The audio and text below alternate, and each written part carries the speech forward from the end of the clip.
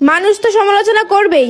নিজের গোপন জিনিসের কথা পাবলিকলি এভাবে বলে বেড়ালে মানুষ সমালোচনা করবে, এটাই তো স্বাভাবিক। কারণ মানুষ একটা ইস্যু পাইলে সেটা নিয়ে প্রথমে আলোচনা করে, দ্বিতীয়ত সমালোচনা এবং এট লাস্ট এটা নিয়ে পর্যালোচনা করে।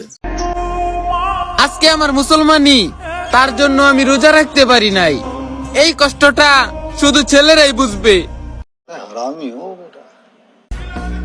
18 দিনে 1 মিলিয়ন ফলোয়ার্স তোমার হইব না কার হইব? কারণ তুমি তো সেই মেয়ে যে মেয়েকে এনে এই রমজান মাসে আইসো তোমার নিজ দিয়ে কি পরে সেটা এসে টিকটকে বলে বেড়াও। তোমরা কি মানুষ? কেন, কোনো সন্দেহ আছে নাকি? না, তাহলে বাদ দেন, আলোচনায় ফেরা যাক। আজকে প্রথম রোজা, এই প্রথম রোজাটা আমি রাখতে পারতেছি না, আর এই কষ্টটা শুধু মেয়েরাই বুঝবে। শোনা গো, আমার খুব কষ্ট যে বলো। হ্যালো,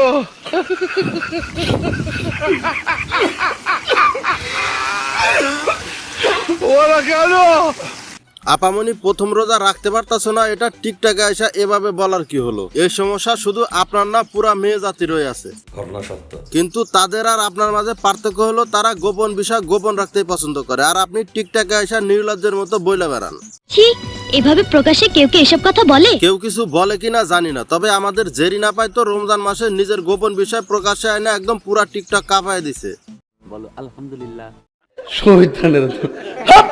কিন্তু গাইস, আমি ভাবতেছি অন্য বিষয়। আপামনি কি পিরিয়ডের ব্যথায় কাঁদতেছে নাকি রোজা রাখতে না পারার কারণে কাঁদতেছে? আমিও জানি না, তবে তাকে দেখে যতটুকু মনে হচ্ছে সে পুরাটাই অভিনয় করতেছে।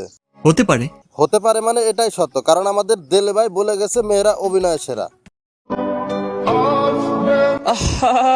নারী কত সুন্দর অভিনয় করে, অভিনয়ের জন্য নারী সেরা রে।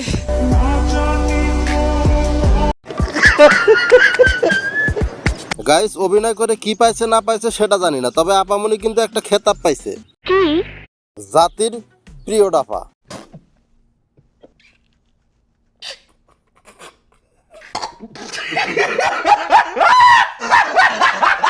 হে আল্লাহ, আপনি তো জানেন আমি কোন মাইন নিয়ে ভিডিওটা করছিলাম, আর যারা রোজা রেখে আমার নামে সমালোচনা করতেছে, আল্লাহ আপনি তাদের সকলের রোজা কবুল করে নিন, আমিন। তুমি কোন মাইন্ড নিয়ে ভিডিও করছো সেটা আর নতুন করে জাতিকে বোঝাতে হবে না, কারণ জাতির মাথায় তোমাদের মতো এখনো হাগু উঠে যায় নাই। জাতি ভালোই বুঝতে পারছে তোমার পিরিয়ড হয়েছে। গাইস, কি একটা অবস্থা, বাংলাদেশে জন্ম নিছি বলে এসব দেখতে হবে? এ আল্লাহ, আমাকে তুমি উঠায় নাও, উঠায় নাও। রোজার এক মাস যখন ছেলেরা স্কুল বন্ধ পায়, অধিকাংশ ছেলেরাই কাজে লাগা যায়, কারণ ছেলেরা জানে অভাব কাকে বলে। অধিকাংশ ছেলেরা কি করে না করে সেটা নিয়ে মাথা না খাটায় নিজেকে নিয়ে একটু মাথা খাটান। এই রমজান মাসে আইসা নিজেকে নিয়ে কি পোস্ট করছেন?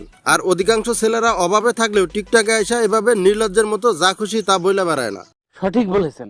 আমি সঠিক বলো, এরা যে কবে সঠিক পথে আসবে সেটা আল্লাহই ভালো জানে। রোজার মাসেই মানুষ পরিবর্তন হবে, এতে হাসার কি আছে?